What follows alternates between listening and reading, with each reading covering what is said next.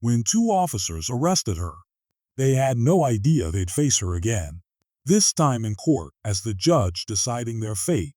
It was a sunny afternoon in Fort Collins, Colorado. The park was alive with the sound of children playing, joggers pacing along the trail, and families picnicking under the shade of tall oak trees. Amid this bustling yet peaceful scene, a black woman sat on a bench near the pond, a thick hardcover book resting on her lap. Her name was Olivia, a well-respected attorney, taking a rare moment to escape her demanding schedule. She was immersed in her reading when the sharp screech of tires broke her concentration. A police cruiser pulled up to the curb, catching the attention of a few onlookers. Two officers stepped out, their expressions stern, radiating authority. Their eyes immediately locked onto Olivia, the only person sitting alone in the vicinity. "Ma'am, may we speak with you for a moment?" One officer called out, his voice carrying an air of suspicion rather than concern. Olivia glanced up from her book, her calm demeanor unwavering. "Of course," she replied, closing the book carefully. The second officer stepped closer, his tone clipped. "We got a call about some suspicious activity in the area. Mind telling us what you're doing here?" Olivia raised an eyebrow, clearly puzzled. "Suspicious activity? I'm just sitting here reading." She held up the book as if to prove her point. But their scrutiny didn't waver. "Can we see some ID?" the first officer demanded. Her pulse quickened, but she remained composed. "I don't understand. What's the reason for this?" "It's routine," the second officer said, though his tone implied otherwise. The small crowd that had gathered began to murmur. Some looked curious, while others exchanged uncomfortable glances, sensing the imbalance in the interaction. Olivia sighed and reached into her bag, pulling out her wallet. As she handed over her driver's license, one officer took it, scanning the information with unnecessary intensity. "Olivia Parker," he read aloud almost mockingly. "What's your business here, Miss Parker?" Olivia inhaled deeply, trying to keep her patience intact. "I live in this city. I came here to enjoy the park. Is that a problem?" The officer's lips tightened. "Well, see." He handed her ID back, but instead of walking away, they continued to linger, asking questions that felt less like routine and more like an interrogation. "Do you always carry a book like that around?" One officer sneered. "Are you alone here, or waiting for someone?" The other added, his hand resting on his belt in an unmistakably deliberate gesture. Olivia had handled countless tense situations in courtrooms, but this was different.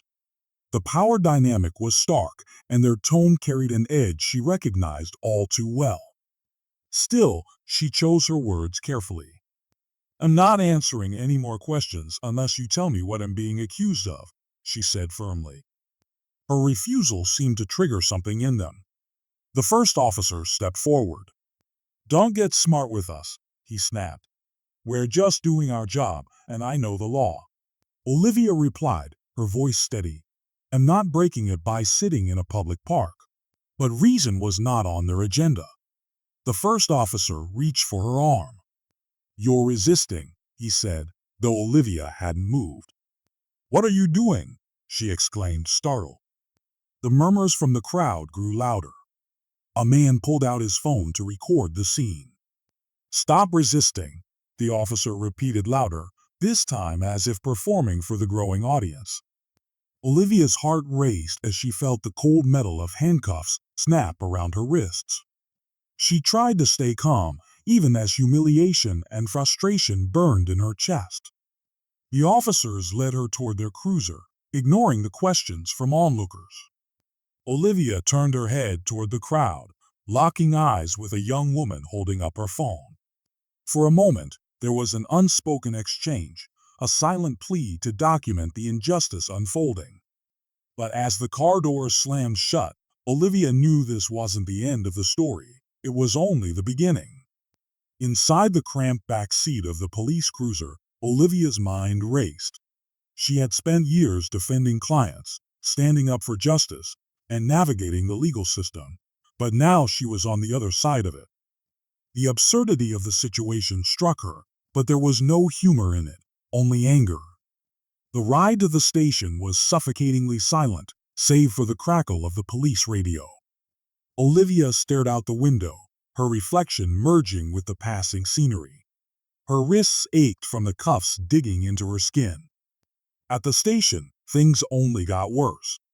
The booking process was invasive, humiliating, and designed to strip her of her dignity. She was fingerprinted, photographed, and led to a small holding cell with fluorescent lights that buzzed relentlessly. "Enjoy your stay," one of the officers said smugly as he shut the cell door. Olivia sat on the cold bench, her hands clasped tightly in her lap. She replayed the events at the park over and over in her mind. How had such a peaceful moment spiraled into this? The answer was as clear as it was bitter. Prejudice. Hours passed before anyone acknowledged her again. A young officer approached the cell holding a clipboard. "Ms. Parker, you've been charged with resisting arrest and obstructing a peace officer," he said flatly. "On what grounds?" Olivia asked, her voice sharper than she intended. "You can discuss that in court," he replied before turning away. She exhaled slowly, forcing herself to think strategically. The charges were flimsy, and she knew it, but she also knew the fight ahead wouldn't be easy. Cases like hers rarely were. Eventually, Olivia was released on bail. As she walked out of the station, the cool night air hit her like a wave, a stark contrast to the stifling atmosphere inside. She spotted her colleague and friend, Rachel, waiting by the curb. "Olivia!" Rachel rushed over, her face a mixture of relief and concern. "Are you okay?" Olivia nodded, though her body betrayed her with a slight tremor. "I'm fine," she said, though the word felt hollow. As they drove away, Rachel kept glancing at her, waiting for her to speak. Finally, Olivia broke the silence. "I'm not letting this slide, Rachel. Not this time." Rachel's grip on the steering wheel tightened. "What are you thinking?" "I'm thinking I'm tired of this happening," Olivia replied. "I have the tools, the knowledge, and the resources to fight back. And I will." That night, Olivia sat at her kitchen table, surrounded by legal pads and open books. She worked tirelessly, outlining a civil rights lawsuit against the officers and the department. Her hands shook, not from fear, but from a simmering determination. As the days turned into weeks, the community began to rally around her. The video of her arrest, shared by the young woman in the park, had gone viral. People from all walks of life reached out with messages of support, sharing their own stories of injustice. Olivia's resolve grew stronger with every email, every phone call, every comment. She wasn't just fighting for herself, she was fighting for everyone who had been silenced, humiliated, or dismissed. But even as she prepared for the courtroom battle, she couldn't predict the moment when justice would take an unexpected turn. The weeks following Olivia's arrest were a whirlwind of emotions and relentless work. Her law firm was initially hesitant, worried that her public case might overshadow their carefully cultivated reputation. But Olivia didn't flinch. She explained calmly but firmly that this fight wasn't just about her, it was about setting a precedent. The viral video had done more than spread her story. It had sparked conversations across the city and beyond. The footage of Olivia, calm yet defiant as the officers forcibly led her away, became a symbol of resilience in the face of injustice. Reporters began calling, asking for interviews, but Olivia turned them all down. She wasn't interested in media attention. Her focus was laser-sharp, building a case that would not only hold the officers accountable, but also expose the systemic flaws that allowed such behavior to persist.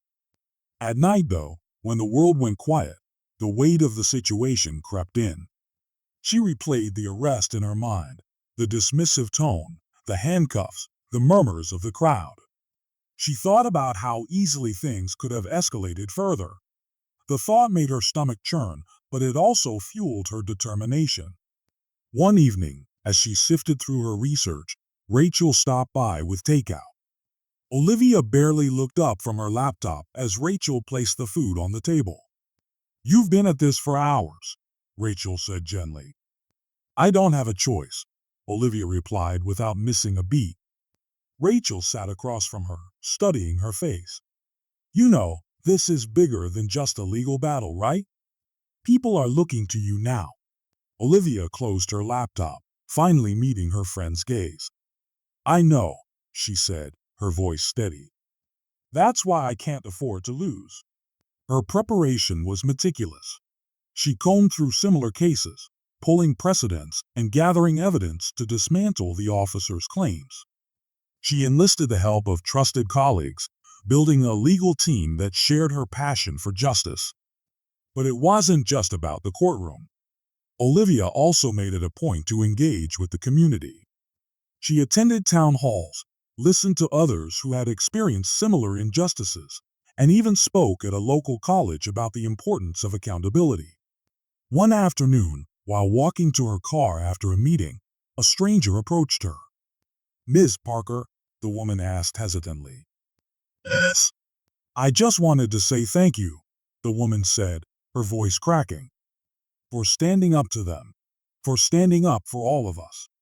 Olivia felt her throat tighten. She managed a small smile. "I'm just doing what I can." The community's support was a double-edged sword. It empowered her, but it also heightened the pressure. She couldn't let them down. Then one day, her attorney called with news. The officers she was suing had filed a motion to dismiss the case. Olivia expected as much. It was a standard move to delay the process. But as her attorney explained the next steps, she froze. "Olivia," he said cautiously, "you should know something else. You've been assigned as the judge for one of their cases next month." The irony was staggering. Olivia leaned back in her chair, processing the revelation. She had spent weeks preparing to fight these officers in court, and now fate had handed her an entirely different kind of justice. For a moment, she wondered if she could do it, if she could sit on that bench and remain impartial. But then she thought about everything they had put her through, about the people depending on her to make a stand. This wasn't just a coincidence. It was an opportunity to show what real justice looked like. The courtroom was buzzing with quiet murmurs as people filed in, finding their seats. The case was nothing particularly high profile. An internal misconduct hearing involving two officers accused of excessive force in an unrelated incident. To most, it was just another day in the justice system. The two officers, Carter and Daniels, sat at the defendant's table, wearing their uniforms like armor. They leaned toward each other, speaking in low tones, their expressions indifferent, almost bored. To them, this was routine. Another hurdle to clear, another case to brush aside. Then the door to the judge's chambers opened, and the room fell silent. Olivia stepped onto the bench, her black robe flowing behind her. She moved with purpose, her expression calm yet commanding as she took her seat. She glanced toward the defendants. The reaction was immediate. Officer Carter's face drained of color. His eyes widened in shock. Daniels shifted uncomfortably, his jaw tightening as he struggled to process what he was seeing. It was her, the woman they had humiliated and arrested at the park. Olivia allowed a brief pause, letting the weight of the moment settle over the room. Then, in a clear, steady voice, she began the proceedings. "This court is now in session. Please be seated." The officers sat stiffly, their composure faltering. Carter whispered something to their lawyer, who nodded but kept his focus on Olivia. For the first time in weeks, Olivia felt the upper hand. But she knew this wasn't about revenge. Her job as a judge demanded impartiality, and she would uphold that standard. Still, the irony wasn't lost on her or anyone else in the room. As the attorneys presented their opening arguments, Olivia maintained her professionalism, listening intently and taking notes. But every so often, Her gaze would flicker toward the officers. She could see the tension in their shoulders, the way their hands fidgeted slightly. During a recess, Carter and Daniel stepped into the hallway, their voices low but agitated. "How is she the judge?" Carter hissed, his frustration barely contained. "This has to be a setup," Daniels muttered, shaking his head. "It's not a setup," their lawyer interjected. "It's a coincidence. And you need to stay focused. She's not the enemy here. Your actions are." But the officers weren't listening. They were too consumed by the surreal nature of their predicament. When court resumed, Olivia remained composed, ensuring the hearing proceeded fairly and efficiently. Yet, her presence alone seemed to unsettle the defendants. Every time she addressed them, they shifted in their seats, their confidence eroding little by little. At one point during witness testimony, Olivia caught Carter stealing a glance at her. His expression wasn't defiance, it was something closer to regret, as if he was beginning to understand the gravity of what they had done. By the end of the day, the tension in the courtroom was palpable. Olivia adjourned the hearing, her gavel striking with finality. "We will reconvene tomorrow at 9 a.m., she announced. As the room emptied, Olivia lingered at her bench, organizing her notes. She could feel the weight of the officers' stares as they hesitated by the door, clearly debating whether to approach her. In the end, they didn't. They left quietly, their steps heavy with the realization that this was far from over. But for Olivia, the real challenge wasn't in the irony of the moment. It was in the decisions that would follow and whether justice could truly prevail. The courtroom was packed the next morning. News of the unexpected twist had spread, drawing a larger crowd than usual for a misconduct hearing. Some were there out of curiosity, others to support Olivia. Though they knew her role as the judge meant she couldn't show favoritism, Olivia entered with the same calm, composed demeanor. Her robe flowed as she ascended to the bench. The attorneys wasted no time diving into their arguments. The prosecutor methodically laid out evidence against the officers, presenting testimony from the victim of the excessive force incident. "Your Honor," the prosecutor said, "the officers' actions were not just a lapse in judgment. They were a blatant abuse of power. Their behavior reflects a pattern of disregard for the very people they are sworn to protect." Olivia nodded, taking in every word. Her pen glided across her notepad. Her focus was unshakable, even as the defendants shifted uncomfortably under her gaze. The defense attorney rose to counter. His tone was measured but strained. "Your Honor, while we acknowledge the incident in question, we argue that the situation escalated due to factors beyond the officers' control. Their intent was not malicious, and we believe this case lacks sufficient grounds for punitive measures." As the arguments continued, Olivia couldn't ignore the parallels between this case and her own experience. The excuses, the justifications, it was all too familiar. Yet she pushed her personal feelings aside, determined to let the facts guide her. When it was time for witness cross-examinations, the tension in the room deepened. The prosecutor called the victim to the stand, a young man named Ethan. His voice trembled as he recounted the night he was tackled to the ground by the officers during a routine traffic stop. "They didn't even give me a chance to explain," Ethan said, his eyes darting nervously between the attorneys and the officers. "It felt like they decided I was guilty before I even opened my mouth." The prosecutor pressed further. "And did you resist their orders at any point?" "No," Ethan replied firmly. "I was scared, but I did everything they said." It didn't matter. They had already made up their minds. The room was silent as the defense attorney stood to cross-examine. He tried to poke holes in Ethan's testimony, but the young man held his ground. Olivia watched intently, her expression unreadable. Then came the moment everyone had been waiting for. The defendants were called to testify. Officer Carter was the first to take the stand. He glanced nervously at Olivia as he swore the oath, his voice shaky as he answered the prosecutor's questions. Officer Carter, the prosecutor began, you've been accused of using excessive force in this incident. Can you explain your actions that night? Carter hesitated, his gaze darting toward Daniels before answering. I thought the situation was escalating. I made a judgment call. And do you believe your actions were justified? The prosecutor pressed. At the time, yes, Carter said. But looking back, I could have handled it differently. The prosecutor pressed on. Handled it differently how? By not tackling an unarmed, compliant individual to the ground. Carter opened his mouth, but no words came out. His silence spoke volumes. When it was Daniels' turn to testify, his demeanor was similarly strained.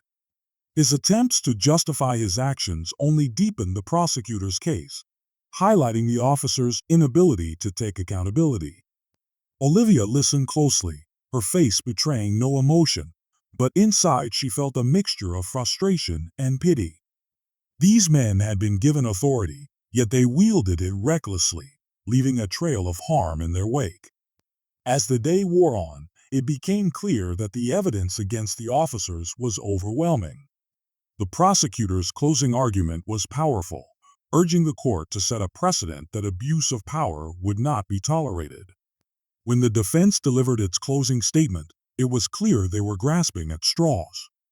Their arguments lacked conviction, and even the officers seemed resigned to the likely outcome. Olivia adjourned the hearing, her voice steady as she announced that a ruling would be delivered the following week. As the courtroom emptied, Carter and Daniels lingered near the exit, their faces pale and drawn. For the first time, they seemed to grasp the gravity of their actions and the reality of what awaited them. But justice wasn't just about punishment. It was about accountability, change, and ensuring that the mistakes of the past would not be repeated. A week later, the courtroom was silent as Olivia entered to deliver her ruling. Every seat was filled, the tension almost tangible. Reporters lined the back wall, their pens poised to capture every word. This was no longer just a case about two officers. It had become a symbol of a larger fight for justice and accountability. Olivia's voice was calm but firm as she began. The role of law enforcement is to protect and serve the community with integrity, respect, and fairness. When those entrusted with this responsibility abuse their power, it erodes public trust and causes harm far beyond the immediate victim. This case has laid bare the consequences of such actions. She paused, her eyes scanning the room. Carter and Daniels sat at the defense table, their heads bowed. The weight of her words was unmistakable.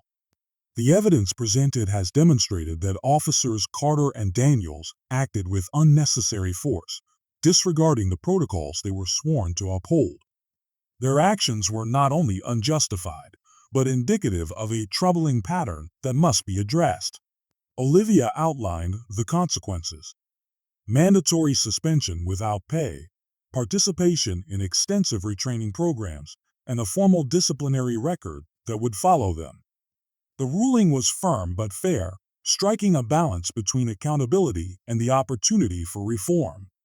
When she finished, Olivia closed the case with a decisive gavel strike. This court is adjourned.